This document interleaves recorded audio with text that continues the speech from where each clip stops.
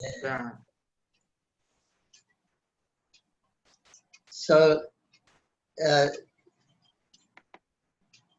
this prophecy of the new temple it was made actually by Lord Chaitanya Mahaprabhu.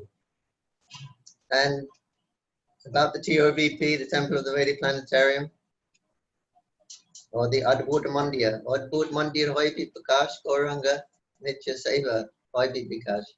That from this temple in Mayapur, astonishing temple will appear, and it will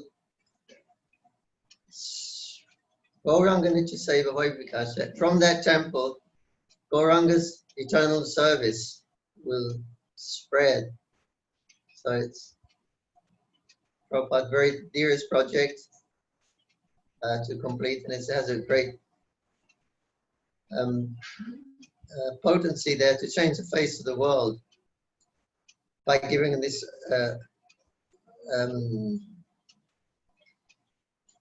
this alternative. Now we're suffering so much, we have no alternative. But here's a transcendental alternative, the chanting of Hare Krishna, that will go to every town and village of the world. So Lord Nityananda received it from Lord Chaitanya, and he said, by the Lord's desire, by Lord Chaitanya Mahaprabhu's desire, an astonishing temple will rise in Mayapur. And yeah, from that temple, service to Gauranga will spread all over the world. So it's recorded in the Navadvip Mahapunya of Srila Bhaktivinoda Thakur that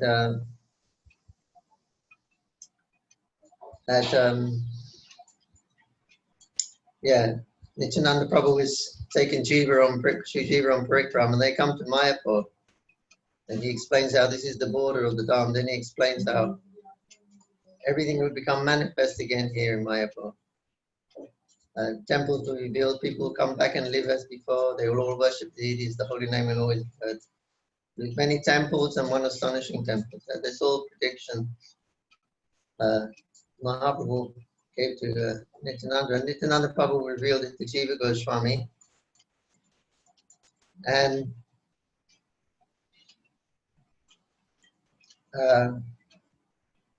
then it was revealed by Nityananda Prabhu and Jananivas Devi to Srila Bhaktivinoda Thakur. They are the gurus of Bhaktivinoda Thakur. After every chapter of the Navadvip Mahapunya, Bhaktivinoda Thakur says that they have ordered me to write this. They are my gurus. Every chapter he ends saying how he is their guru. He is their guru. They are his guru. And they ordered him to write this, and glorification of, although it was 400 years ago since after Nitai had left, but still he's claiming that they have still ordered me to write this glorification of Navadvip Dham. So then he was revealed through Jiva Goswami and Srila Bhaktivinoda Thakur. It was revealed by Nityananda and Jananivas. And also Jayadeva Goswami was living here in Sridham Mayapur at Dalal Digi, we know as Prithu Kunj, or as Prithu came here when he was leveling the earth. And King Lakshman Sen, who was the son of Balal Sen, he was living here at that time. He was the king of this area. And Jayadeva Goswami, the great poet, he was serving as a court pundit. He was one of the pundits in Mayapur. And he wrote something about how a city also, a transcendental city, this is like a couple of hundred years before the appearance of Chaitanya Mahaprabhu. So Jayadeva Goswami wrote that there will be a city, transcendental city built here. And the wonderful temples and the predominating deities of this temple will be known as Sri Sri Radha Madhava. So this was even before Mahaprabhu's time. was predicted. So Prabhupada established that prophecy. He established Radha Madhava as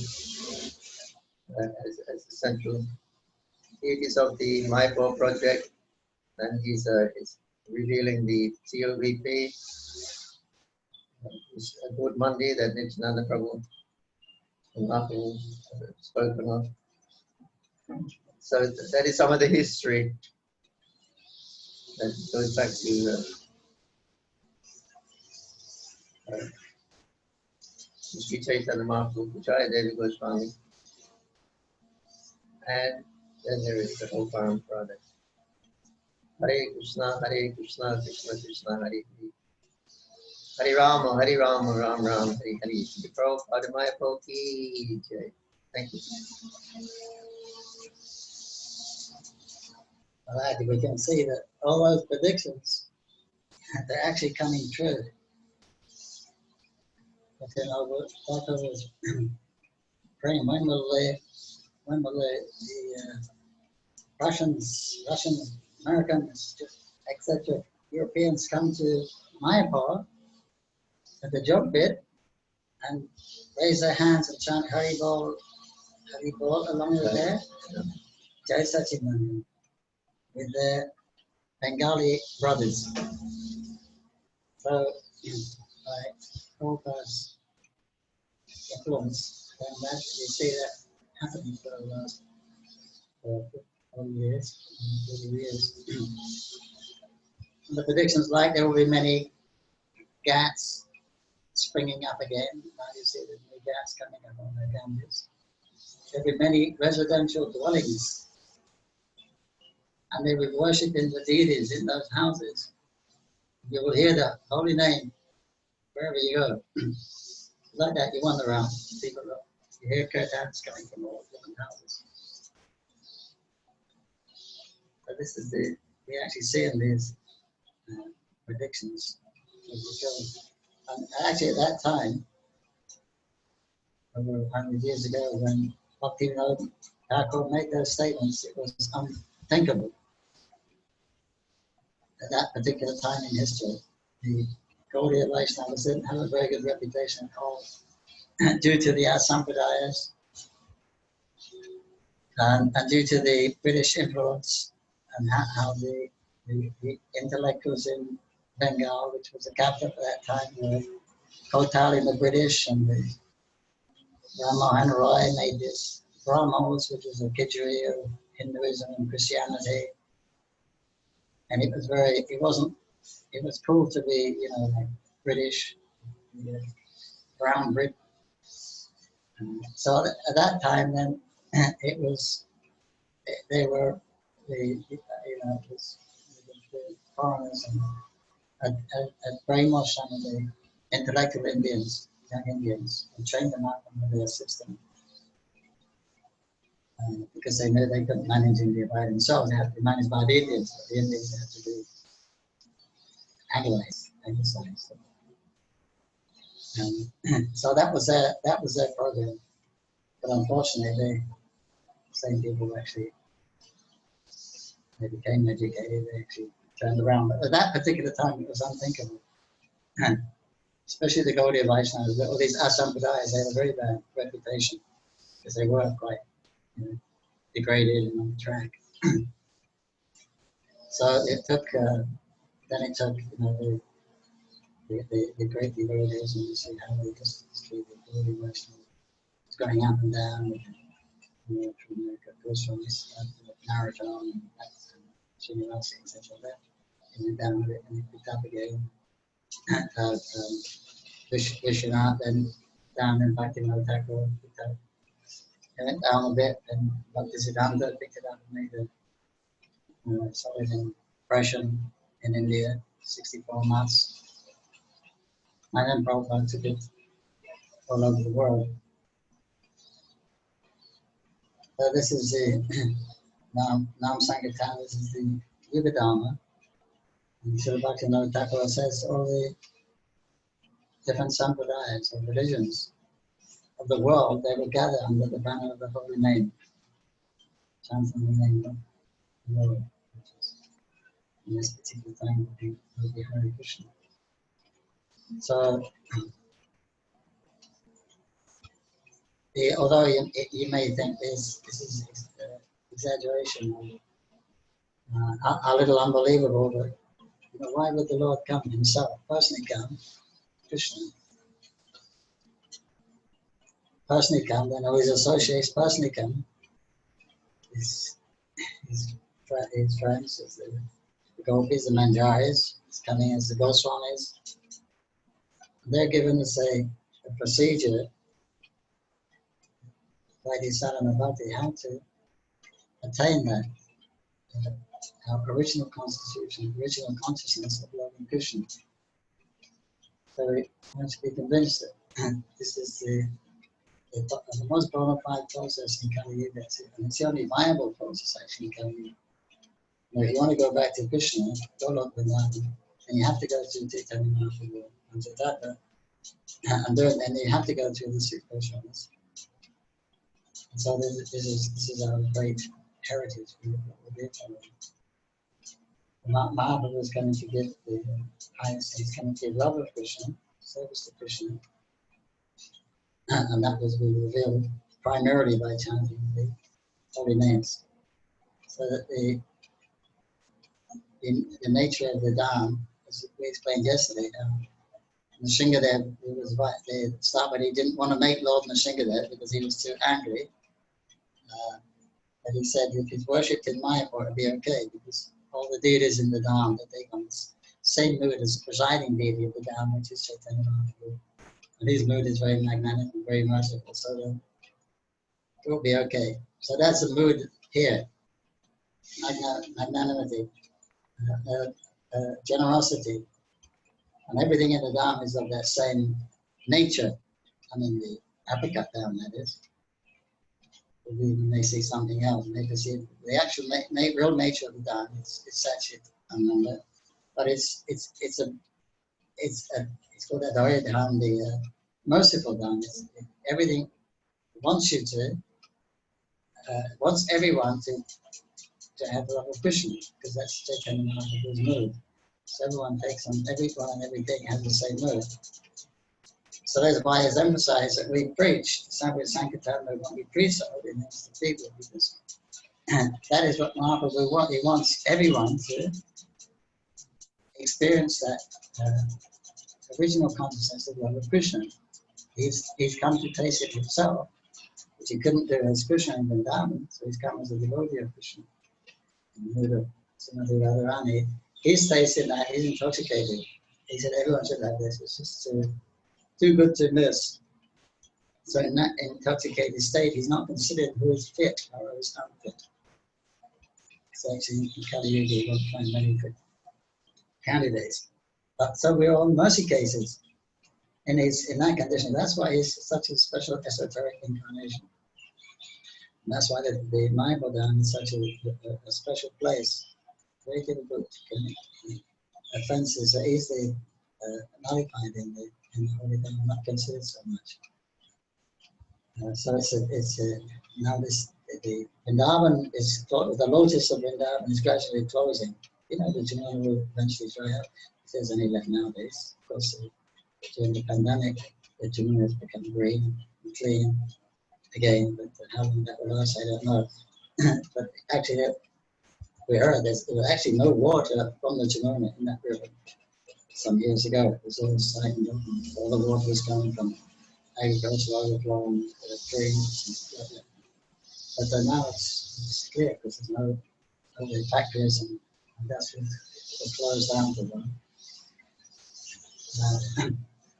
But we know.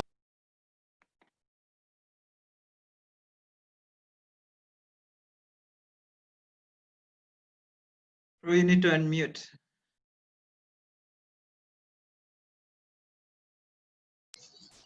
Prabhu, if you have the mic next to you, if you can use it, because the fan is making noise. We don't have a mic. Oh, okay. Your earphone? Yeah. Yeah. I don't know how reliable my earphones are. I can try.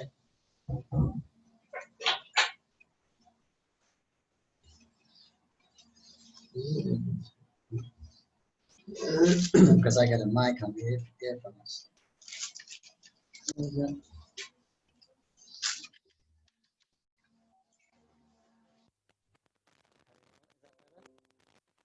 Very well. Can you hear? Yes. Yes. Is that better? Yes. Okay, yeah, so Jamuna will gradually disappear. Govardhan sinks one mustard seed every day. But Mayapur is actually, the lotus of Mayapur is expanding. So this is the place where we see all these predictions, like the lotus, are gradually unfolding and becoming a reality. More and more people are taking to the chanting the holy names, Hare Krishna.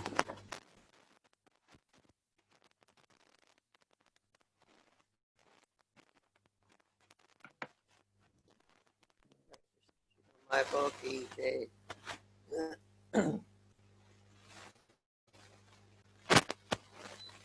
So we started the project, Mayapur project, in 1972. At that time, there was just nothing, just flat fields, and no one was coming to Mayapur at all because it didn't go anywhere. Just two rivers, and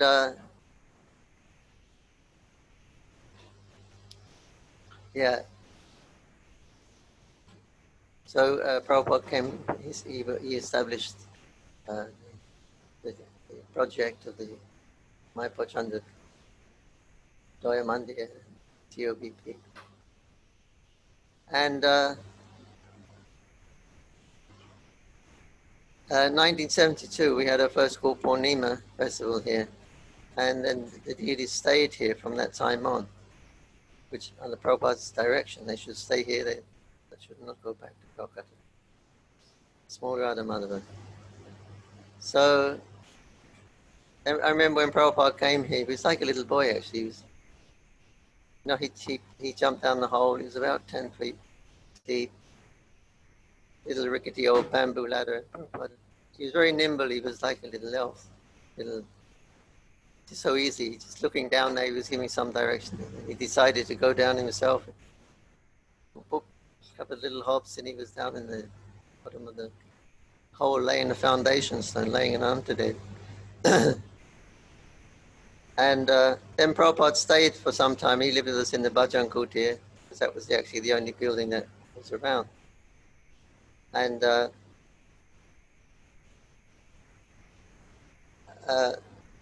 so there was no running water there. Prabhupada had a hand pump to pump up water. And there was no toilet there, so we dug a hole in the ground and put some jute sticks around it. That was Prabhupada's toilet. And there's no electricity. And so Prabhupada, he was doing his translation work as usual. Prabhupada wasn't fazed about the situations and facilities. Here he was. He's coming from New York, Los Angeles, sophisticated cities. And he's in the middle of these rice fields. Nothing at all is happening. So he can't do his translation. On his dictaphone. He has a dictaphone. You speak into it, and then the devotees would translate later on whatever Prabhupada spoke in his purports. And so Prabhupada wasn't fazed. He still got up at the same time in the middle of the night and had a mosquito net around his bed. And he had a typewriter with him, so he would just, with his two fingers, he would just type the Bhaktivedanta purport. And go on his morning walk as usual. Different directions. So he wasn't fazed by the lack of so-called facilities. He still carried on exactly the same schedule. And one of the things that annoyed Prabhupada was the mosquitoes. And there was millions and millions of mosquitoes. And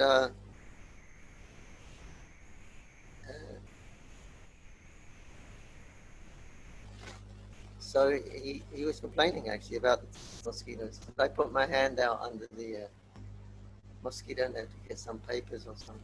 Immediately the mosquitoes are attacking me. Very spiteful. And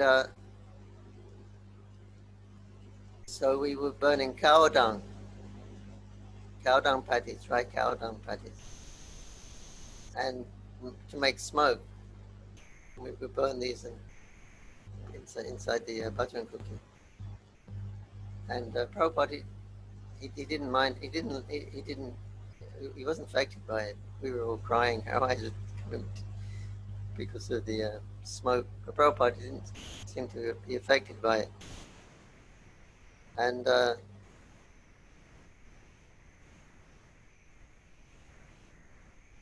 one day, Guru Das, I don't know if we were actually in Manipur. But anyway, Guru Das Prabhu, he asked Prabhupada, he said, do they have any mosquitoes in Goloka Vrindavan? Prabhupada said, if they are, they're all chanting Hare Krishna.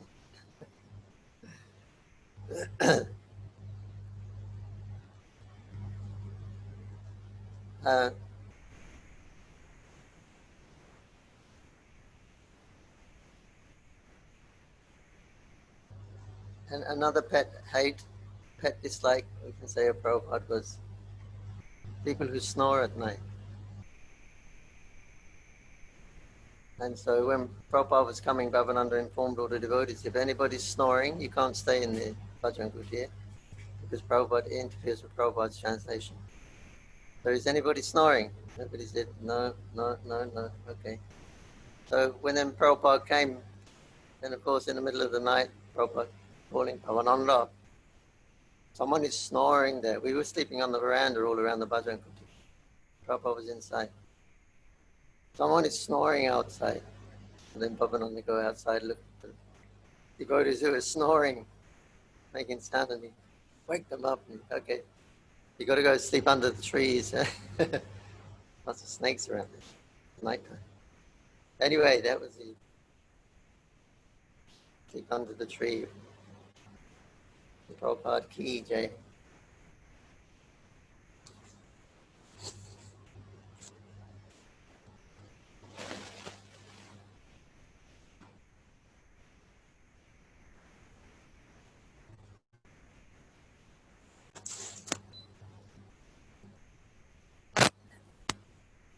In the 1973, then the Lotus building was built. It wasn't finished, but at the end of 73 or beginning of 74, Prabhupada's room was finished, and the Didi room was finished. So then they moved in the rest. The building was a construction site. And so, and Srila Prabhupada apologized to all the devotees for any inconvenience. A lot of devotees got sick that year. The first Gopurnima festival, there was about 30 or 40 people came, mainly American. Then by this time, more people were coming, and in 74, the place was full. They had their panel up. So Srila Prabhupada said, this building is not big enough. We have to have another building. So they said, where should we make it, Prabhupada? We just have one strip of road from the Bhaktisiddhanta road down to where the end of the Lotus building. That was just one strip we had. So he said, how? You make it on that north side of the property. How long should it be, Srila Prabhupada? He said, well, how long is the plan? It's a few hundred yards. He says, I make it that long. That would be the longest building in West Bengal at that time. We call it the longest. And Prabhupada would be there watching the construction. One day he called one of the managers. He said, you see that worker over there? He's leaning on the veranda. Yes, I've been watching him. The lazy fellow. You go and fire him. He's very aware of so many things.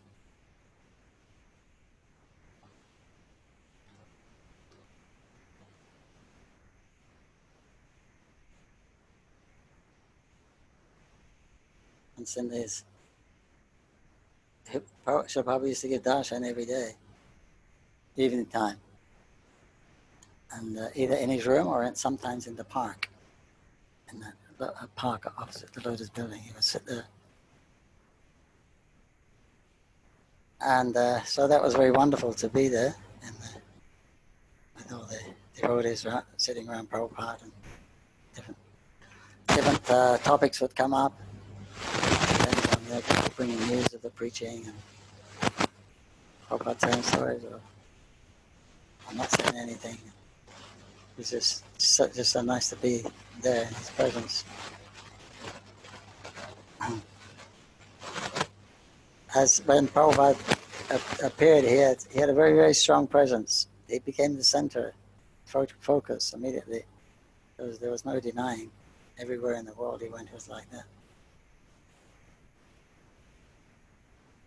Even when he came to the airport, one of the workers in the airport before, said, never seen anything like this before. Crowds of people, they just separated like the Moses crossing the ocean or something. He made a statement like that, a biblical statement. So Prabhupada had that command. One day he came in his room,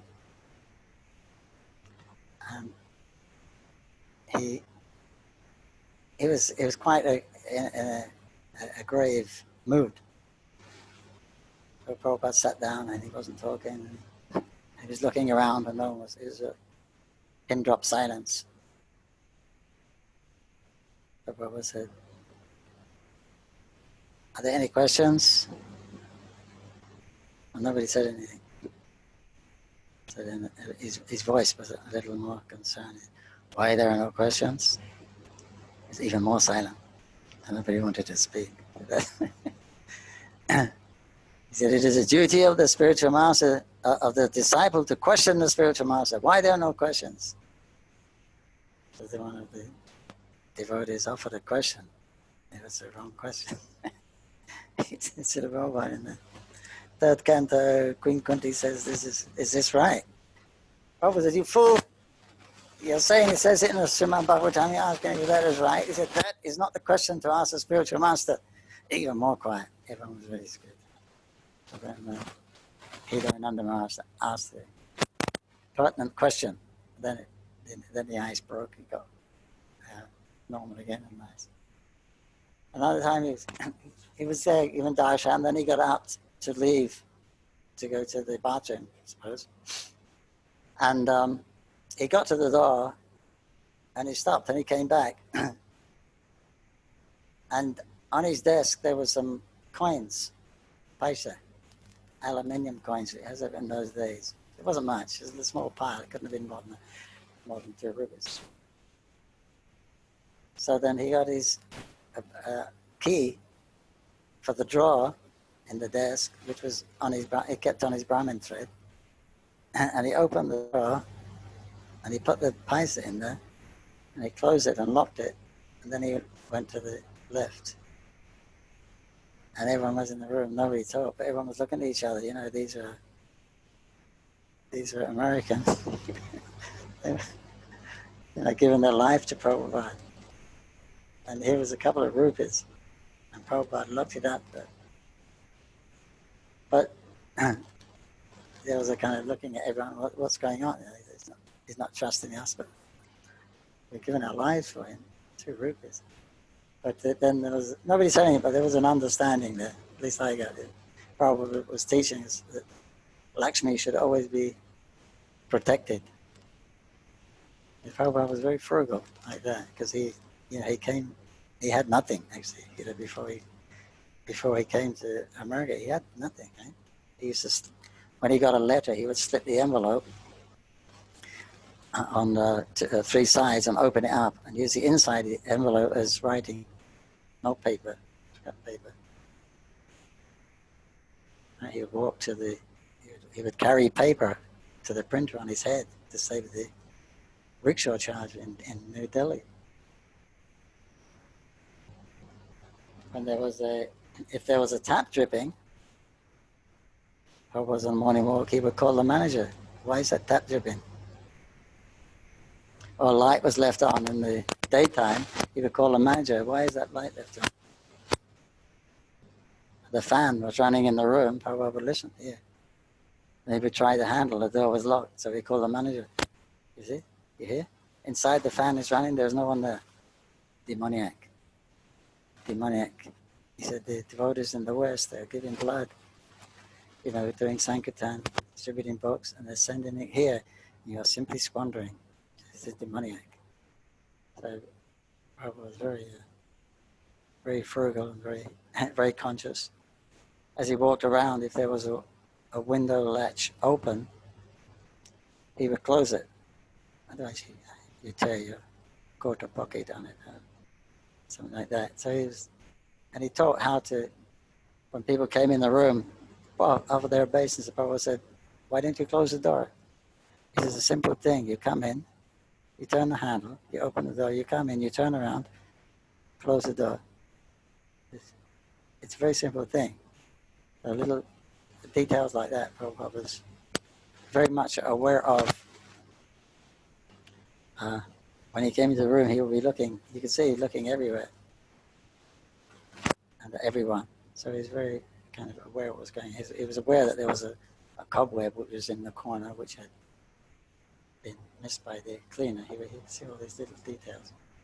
So he would train us even in the finest things. That, you know, everything actually belongs to Krishna. And everything is Krishna, so everything should be used properly and maintained properly. Prabhupada taught a lot of little lessons like that, unspoken lessons. Jai Prabhupada.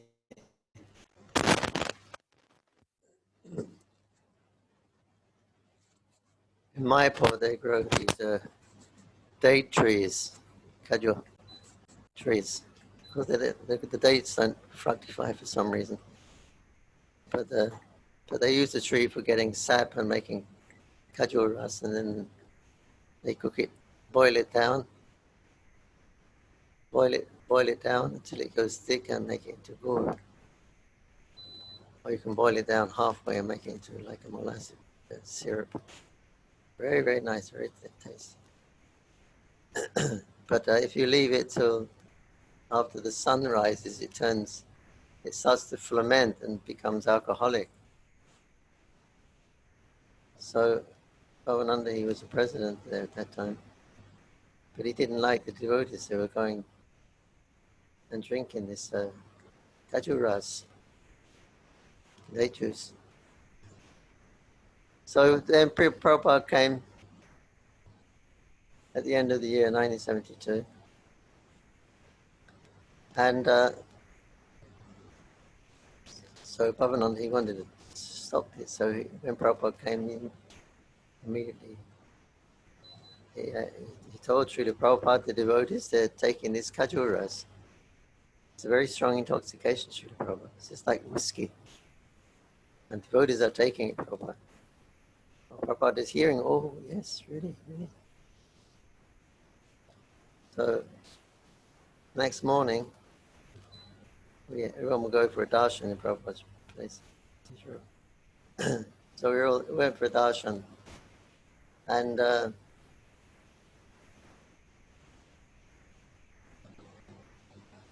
one devotee, his name was Vijahari. Real tough guy. And he said, Prabhupada, sometimes me and the boys, we take a walk, that Japa walk down the road, and when they're making this, boiling this kajur juice, and we take this. Very nice, Prabhupada. Prabhupada was hearing, oh, really? So now he had a decision. Prabhupada had to make a decision. Satisfy the managers of satisfy the devotees. So anyway, the next morning we went in for darshan, And then Shrutiketi Prabhu bought a glass of rasa, kaju ras, liquid. And he gave Prabhupada, and Prabhupada looked at it. He's Bengali, he knows what it is. Everybody knows it. But anyway, he looked at it. Then he drank a little bit. Ooh, it's quite nice. Quite nice. Shruti Kitty, bring me another glass, empty glass. And he gave him a glass. And he Prabhupada poured his glass into the other glass. He said, now pass it around to all the devotees sitting here. Let them have a sip of the kaju. So Bhavananda was sitting there fuming. He didn't get his way. The Prabhupada sanctioned that the devotees can drink. Hare Krishna, Sri Prabhupada ki jai.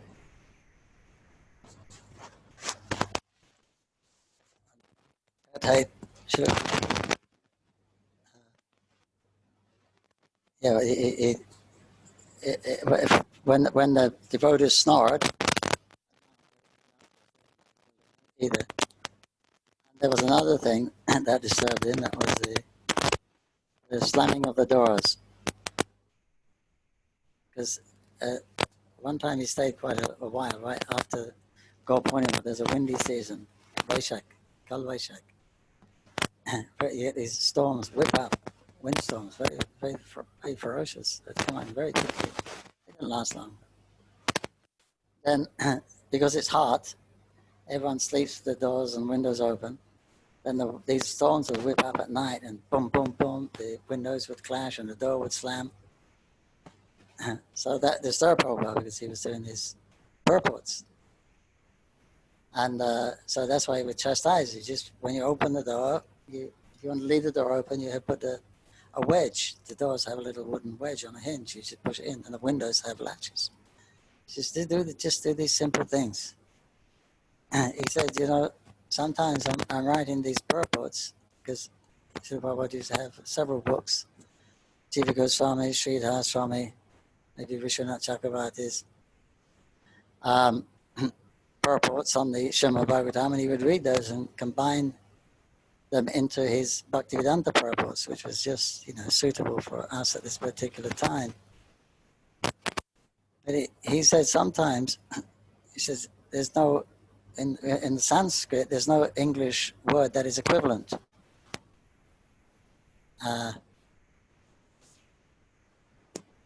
So he said, and I'm trying to think of the right word in English that will convey exactly that meaning, which is there in Sanskrit. He said, sometimes it takes me 3 days trying to think. He says, so I need that concentration.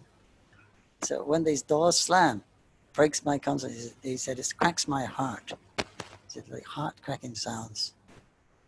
So just, if you're going to leave the doors open, then make sure that they're locked open.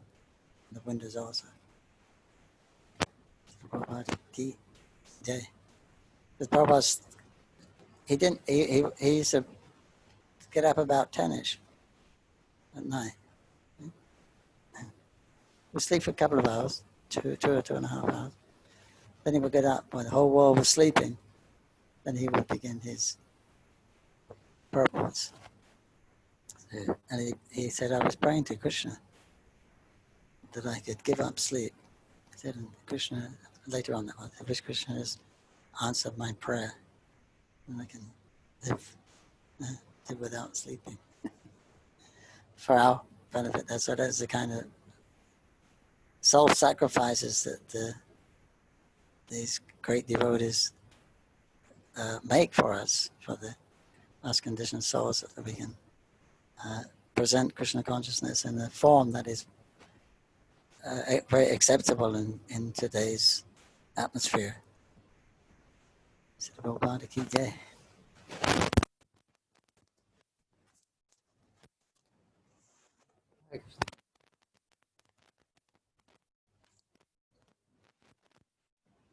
When Prabhupada was coming, must be 1973, for Gaur Purnima festival. and the devotees have put a big banner on the outside, on the road outside, big banner. And it said, "Welcome, Srila Prabhupada." And then Prabhupada, when he was driving in and then he saw that poster, and he said, "Oh, my godbrothers, they will like this." And they liked it. So they all came to see Prabhupada's godbrothers, the 6 or 7 or 8 sannyasis came to see Prabhupada, a very demanding mood. And they gathered around Prabhupada and they said, "We want to know why you are using the title Prabhupada. Why you're taking the title of your spiritual master." So they were talking back with forth, it's getting a bit heated. And the devotees, they were completely astonished. They'd never seen anything like this before. The Prabhupada, he was our God, he was everything. And now we see this. His godbrothers are talking to him very boldly and threatening and demanding. And Brahmananda Prabhu, he was there, he was like being. And Drupadi was being insulted. Brahmananda, he wanted to jump up and tear him all apart. Never heard this kind of speaking to Prabhupada. The Prabhupada noticed that his disciples were getting upset. So he said, "All of you, you go outside." Sent everyone outside. And we looked at it. It was made of bamboo, split bamboo, the wall, so you could see through. You could hear it and see through the walls. And so they were arguing back and forth a little bit. And then Prabhupada said, and he says that you bring my stationery pad. So he bought his stationery pad, and Prabhupada had on the heading, letterhead, it said, A.C. Bhaktivedanta Swami. He said, "Look, this is what I'm using. I'm not using Prabhupada." But the disciples, it's actually the duty of the disciple to give the highest respect to the spiritual master. Prabhupada, Vishnupad, these are very high esteemed names. And disciples should be the best of his spiritual master. So myself, I am not using. So yes, is it? Oh, okay. So Haribol. Friendship. So, yes, the Prabhupada is so expert in everything. In solving his problems. Prabhupada ki jai.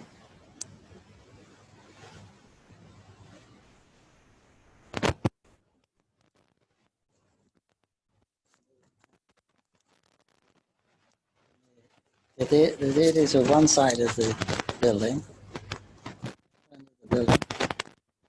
Not Mandir, there was a diary room. Jananivas and I were sleeping in there. It was a jolly. One wall was jolly. And but there was no. We took a bath outside. We had a tap just to take a bath under the tap. So I would take bath and hang my gamcha and coping over a fence. There was a wire fence there. And then at 11 o'clock in the morning, so I'd go touch it back in when it was dry.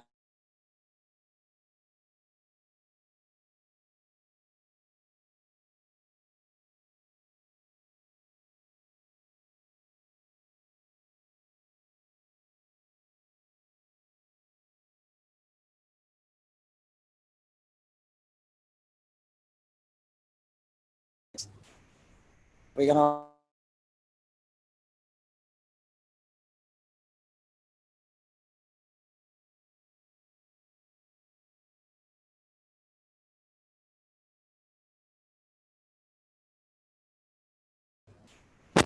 dog?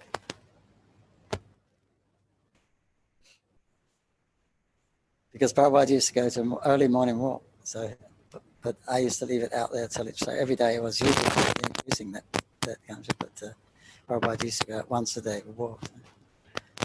Then one of the devotees quickly rushed over and pulled it off the fence. I never claimed that gum shirt because I thought I'm going to get into trouble. By the time Super was walking later on, then we built the boundary wall was built, and they had a bathroom there. They built that big kitchen where they used to do prasad distribution, and devotees used to take prasad also. And there was a bathroom, a round bathroom. And Prabhupada was taking his morning walk, and he walked past that bathroom. He said, "There's a bad smell here." And he turned to the sannyasis, "Why are you not objecting?" He said, "Sannyasi means every time you come into the mode of ignorance, you object." So he chastised him because the bathroom is smelling. This is your duty. It's your job to point out these things. So Prabhupada, he used to call all the, when there was a problem, he would say, "Manager." Then they would call, "Who is it?" "Jayapataka Maharaj." The next day, "Call him, who is it?" "Jayapataka Maharaj." He says, "Why is Jayapataka Maharaj? Well, he's the only one who's managing here." He's doing everything. Because Bhavananda used to be the personnel manager. Jayapataka Maharaj used to manage all the construction, the horticulture gardens, and the laborers and the mistries, and there was always a bunch of people waiting for him because he could speak Bengali. But at one time, I think Prabhupada's rooms had to go some renovation or something happened. So then he would temporarily stay in another room. So on the roof of the Lotus building, there was two rooms. Bhavananda stayed in one and Jayapataka Maharaj stayed in the other. So I said, "Which room?" He would say, Prabhupada. I said, "Let's see." So he goes in Jayapataka Maharaj's room. There's all almirahs crammed with, books on horticulture and growing peanuts. Or he got a prize for growing peanuts. and cow maintenance and construction and all that stuff. He said, "Let's see." Bhavananda's room, there was nothing there. One desk, one pencil, one pad, and Prabhupada said, "I can see who's doing all the work." He said, "I'll take this room." Bhavananda Maharaj had a different type of service. Haribol.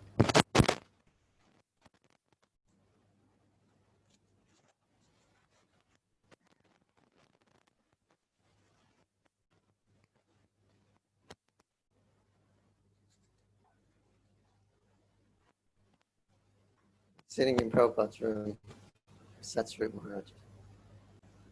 And we were sitting in the Prabhupada's room, his desk,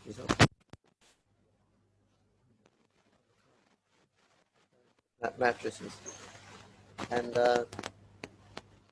Prabhupada was chanting. He was walking from his bedroom, he walked to the other room, his desk room. He would walk back slowly, he was chanting. And we were sitting on the floor nearby his desk. And so Prabhupada coming backwards, forwards, chanting very deeply, very grave atmosphere. And then he walking towards us, and then he stopped. And he looked at us and he said, "This chanting of Hare Krishna is the sound incarnate of the Absolute. Hare Krishna, Hare Krishna, Krishna Krishna." And then he started walking very, very grave.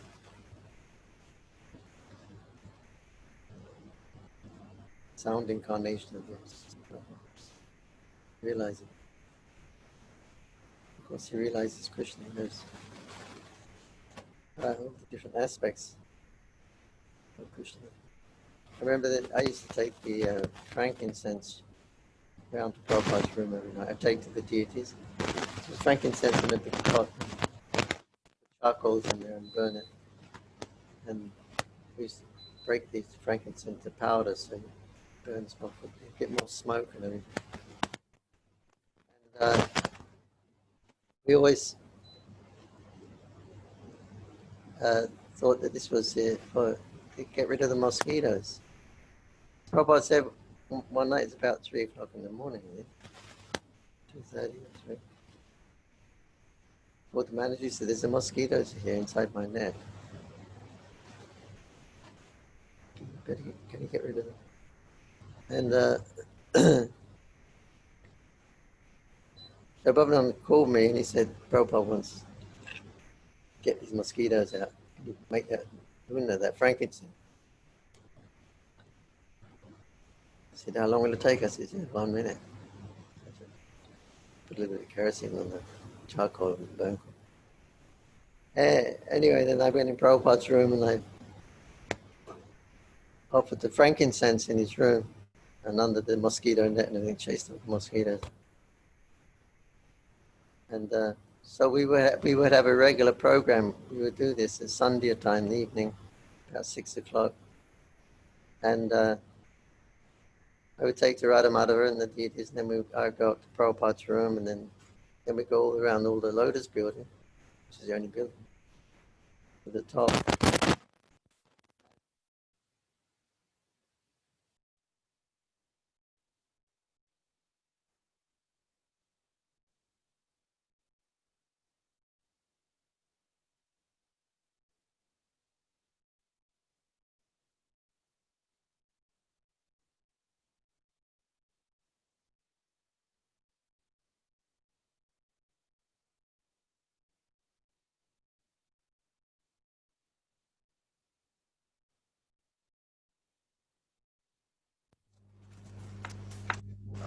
Okay, now you can speak.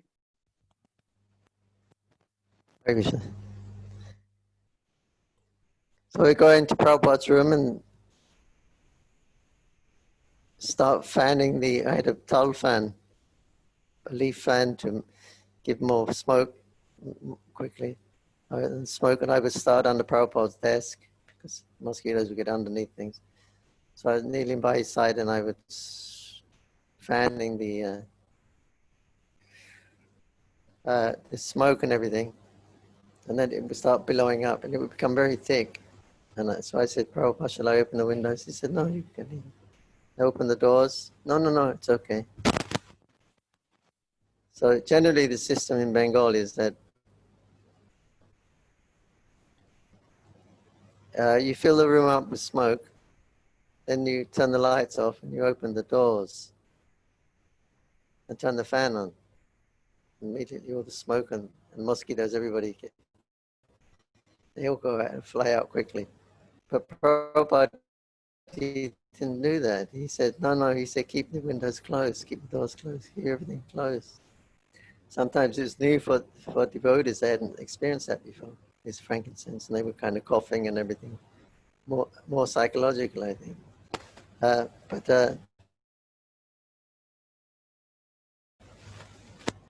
Prabhupada used to like it like that, really thick. He kept it closed all the time, and even cooked Vrindavan Harini, Africa. She went up to see Prabhupada. Well, I go in about 6 o'clock Sunday. She come back and said, oh, I went in Prabhupada's room, but I couldn't see anything. It was a couple of hours later on. So she said, then slowly I got accustomed, and then I could see Prabhupada's feet were coming, beautiful vision of Prabhupada's feet through the smoke. Anyway, there was three Shastrishis, and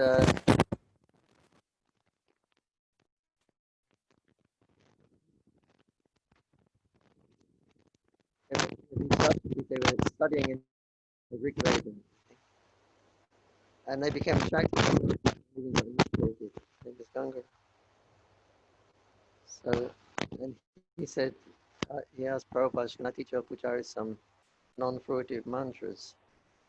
Prabhupada said, you can do that. So he taught us the Purusha Shukta mantra, the very famous mantra. Purusha Shukta. And he said, well, you can chant this when you go around with the frankincense. So So, so the little group of us, I had the frankincense. Someone had a parchment cup, water, flicking water. Someone had a bell. And this Shastriji, Gangaram, he had a conch shell, and he knew how to blow the conch shell without stopping. He would blow the conch shell, and he would fill his cheeks up with air, wind. And when when the air from his stomach was finished, he would breathe out the air in his mouth and simultaneously breathe in new air through his nose. But it's and he could, so he was just blowing the conch shell and never stopped. So we went into Prabhupada's room. He was giving darshan. So there's a little group of us. And we went in Prabhupada's room and knocked on the door. Frankincense, really, Prabhupada? Prabhupada would just look and kind of nod his head, say, yeah. So we come in. And then there was all these mantras. Everyone was taking the darshan. But suddenly, all of a sudden, boom, smoke comes in, the bells and conch shells. And then Gangaram, he was blowing this conch shell, would never stop. And Prabhupada was just sitting there, he's waiting for him to stop.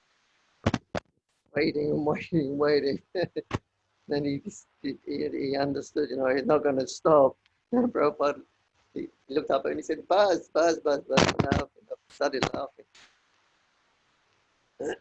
Became known as the boot puja, and everybody in his saw that smoke around. What's the boot puja? But so we were thinking it was just for the bootas that would get rid of mosquitoes. The last time Prabhupada was in Mayapur in 1978, 1977, I went to his room with the frankincense. Frankincense really Prabhupada, what he said. He was just chanting japa very softly. He was looking down and was. And then I knelt by his side and I started to make smoke under here. First I started under the desk. So he was sitting there. Smoke was coming up. Then he opened his eyes and looked up at me and he said, this gives such an atmosphere of spiritual understanding. So nice. So nice. Hare Krishna. Hare Om. So then we understood it wasn't really anything to do with the mosquitoes or the boots. But Prabhupada liked the atmosphere of spiritual understanding. He used, that was his, nothing to do with mosquitoes. So Prabhupada, That time round. Time?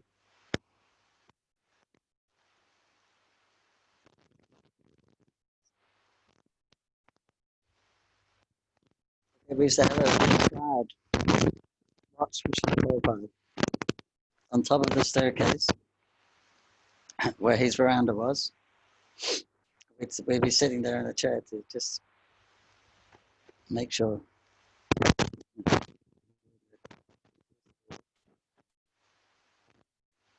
I was sitting there, I was hearing Prabhupada chanting.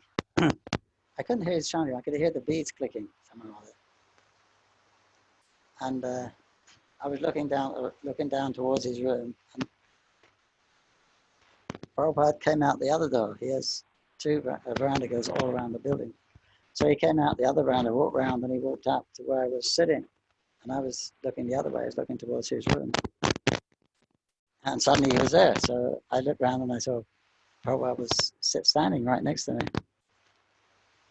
And I was a little shocked. I was no doctor, and Prabhupada standing right next to me. And I didn't know what to do. And I was sitting with my leg, one leg over the other. And across with the foot on the knee. He looked down at me and he said, you shouldn't sit in front of your spiritual like that. So I said, I don't know, I don't know anything, said the Prabhupada. So then I hopped down and paid my obeisances. And I had an infection on the ankle. Oh no. He saw this bandage around my ankle. So he said, oh, you have a problem? I said, yeah. Oh, then that's okay. That's okay. That's okay. Another time I was in charge of cleaning that building. We had some local boy. There was also the ashram teacher, about 6 boys at that time, living in the Lotus building, had 2 rooms on the 3rd floor. So I told one of the boys, you go and put the water on the floor on the 3rd floor. I'll bring the squeegees and we'll squeegee. So when I got up, he put the water on the 2nd floor. That's Prabhupada's floor. There's second floor in Bengal is the 3rd floor in English. They have a ground floor. They don't have a ground floor. They have a 1st floor. So then Prabhupada was taking rest at that time. So, oh my God, what have you done? So then I quickly started going with the squeegee, tiptoeing around, going around all around, up and down. I was just coming out to Prabhupada's door, then he stepped out. He looked at me and he said, oh? He said, why are you doing that? It was like talking to himself. He said, oh, they cannot find anyone else to do this? And I said, I'm not Jananivas. Because Jananivas was the head pujari. I said, I'm not Jananivas. Well, they can't find anyone else to do this. So I think Prabhupada had us confused. Jananivas chastised me for saying that. He subject to mistake, but I always thought that he thought I was Jananivas because that was actually my service. Oh, it's Prabhupada ki jai.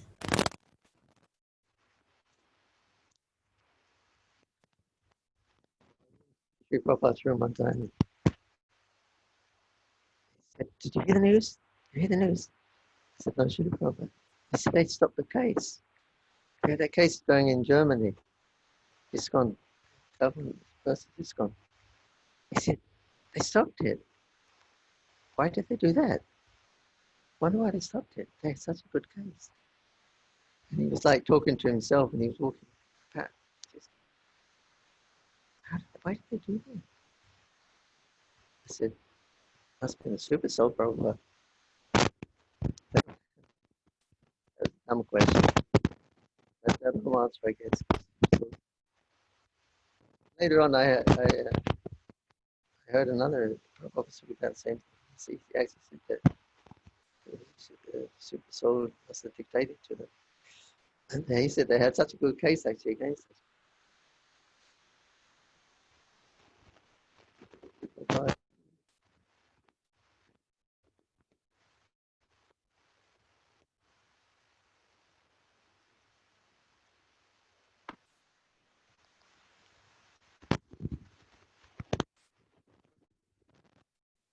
Thank you very much, Pankajangari Prabhu, Jananivas Prabhu, for coming and encouraging us. You can remove the mic if you want.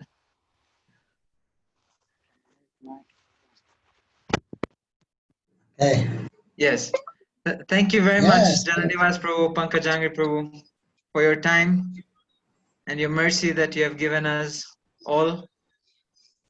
And for appreciation, I would like to unmute everyone and we can kindly chant for Jananivas Prabhu and Pankajangari Prabhu. And I request also turn on your videos so Prabhus can see you. I request.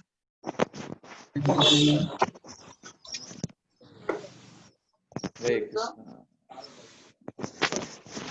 Hello. Hello, Rukma. Sri Mohini Devi. Unmute yourself, Rukma Prabhu. Pranahari. Hare Krishna. Pranahari. Talk of Okay. Hare Krishna. Hare Krishna. Hare Krishna. Lavangadas. Haribo. Hari Hari Bol. Nita Bakrani, Hare Krishna. Nina, Haribol. Priya, Haribol. Hare Krishna. Nairobi Bhaktivinoda Ki. Jai. Hare Krishna, Hare Krishna, Krishna Krishna, Hare Hare, Hare Ram, Hare Ram, Ram, Hare Hare. Jai His Grace Jananivas Prabhu Ki, Jai. Pankajangari Prabhu Ki, Jai. Ki. Jananivas Prabhu Ki.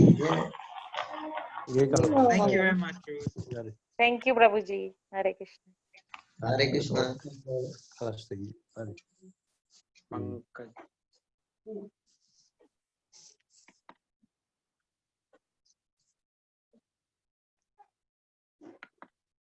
Ini તમને કીધું ને